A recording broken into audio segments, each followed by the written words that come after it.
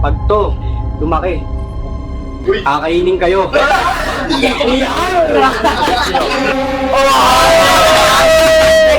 Huwag ninyong gagambalain ang buhay ng anak ko kung ayaw ninyong gambalain ko ang buhay ninyo!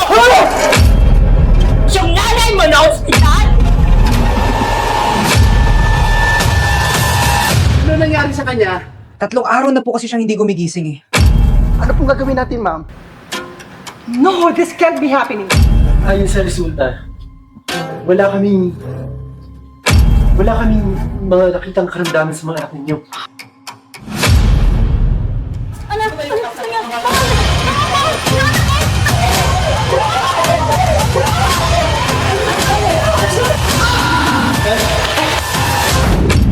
Hindi ako makapapayag na may aapi sa'yo na kung sino-sino lang.